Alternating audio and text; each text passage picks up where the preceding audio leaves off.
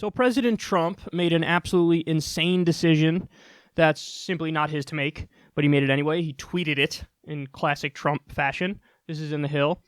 President Trump's decision to recognize Israel's control of the Golan Heights will be formalized Monday when Israeli Prime Minister Benjamin Netanyahu visits the White House, Israel's ambassador to the United States said Sunday.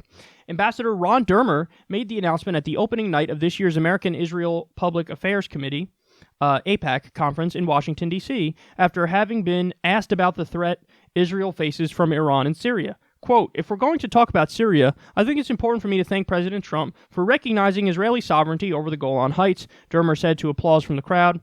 I think he deserves a standing ovation, he added, with the crowd following suit by standing to applaud. This genuinely is not a question. So, the Golan Heights is Syrian territory that's occupied by Israel. Now, for some of the backstory on that, in 1981, Israel passed the Golan Heights Law, which basically said, yeah, we're taking this. We're taking this. You know, kind of like they do in the West Bank and elsewhere where they build settlements. They're just like, yeah, this is ours.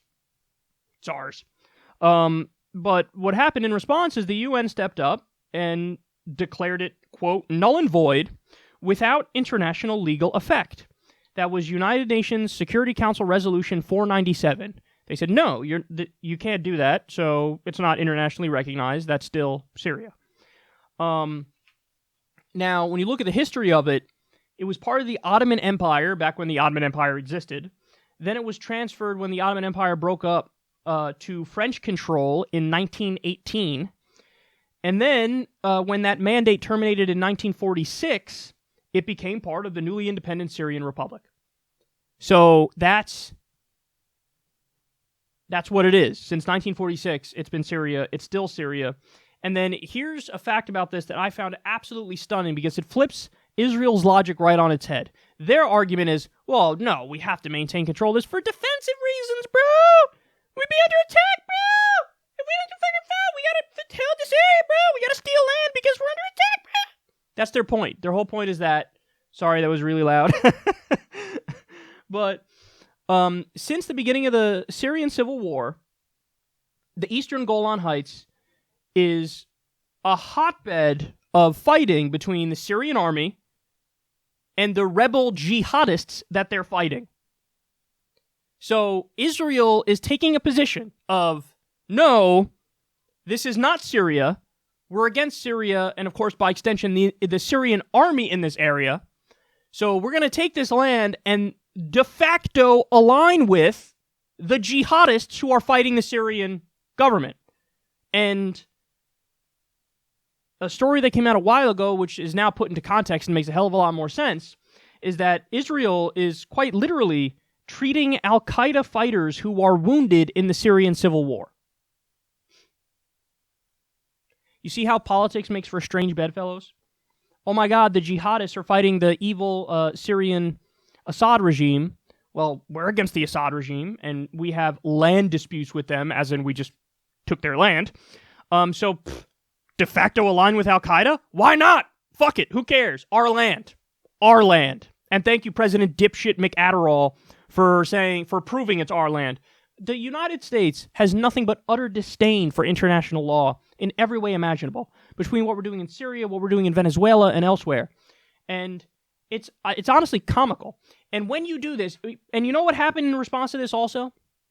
When Trump did this, he just casually tweeted, yeah, Golan Heights is now Israel. Shut the fuck up, everybody. The entire international community says that's not true. It's Syrian. It's Syrian. It's not Israeli. It's Syrian. Syrian land occupied by Israel.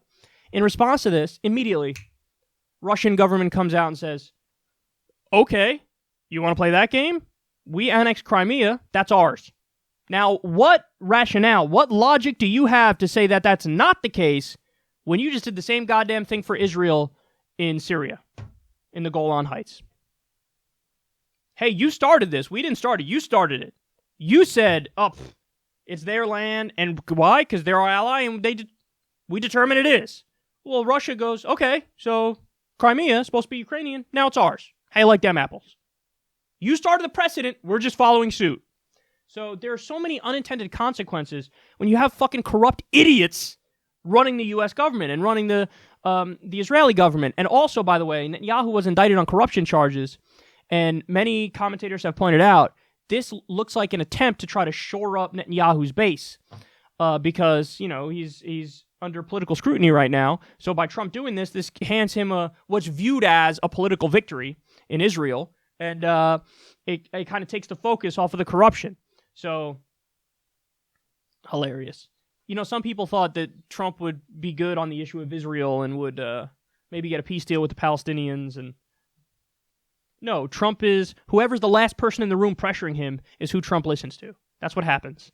And it just so happens that, the U.S. and our close relationship with Israel, all we have is pro-Israeli voices in the administration, the neocon voices, John Bolton, Mike Pompeo, so on and so forth. So Trump is doing everything dead wrong.